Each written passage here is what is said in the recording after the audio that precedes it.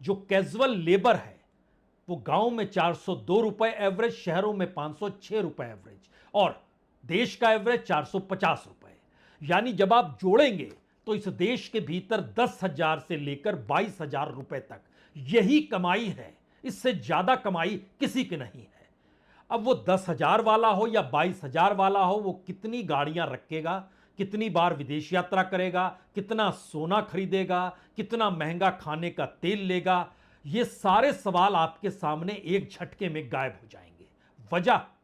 वजह बहुत साफ है।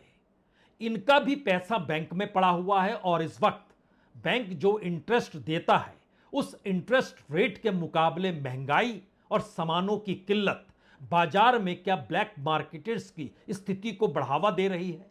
रिटेल सेक्टर में महंगाई ऐतिहासिक तौर पर अगले 2 महीनों में दिखाई भी देने लगेगी।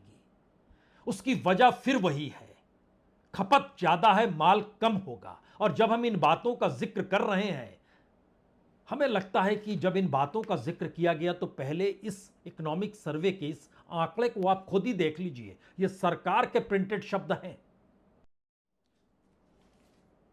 जो आंकड़े हमने आपको दिखलाए, दरअसल उसका एक दूसरा सच भी है, और वो दूसरा सच इस देश के भीतर जाती हुई नौकरियों से जुड़ा हुआ है।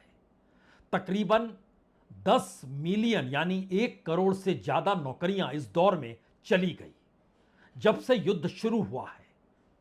और उस युद्ध के बाद जो इससे पहले अमेरिकी टैरिफ था या अमेरिकी ट्रेड डील हो रही थी, उसका जो असर था उसका लगभग दुगना असर इस दौर में पड़ चुका है।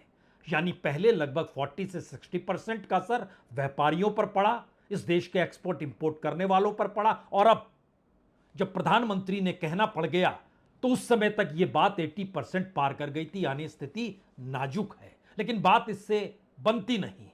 सवाल तो यह है कि इस देश के भीतर जो विदेशी मुद्रा जो बाहर जाती है वो किस रफ्तार से बढ़ने वाली है। अगर उसको आज की तारीख ही आप ले लीजिए, आज जो स्थिति है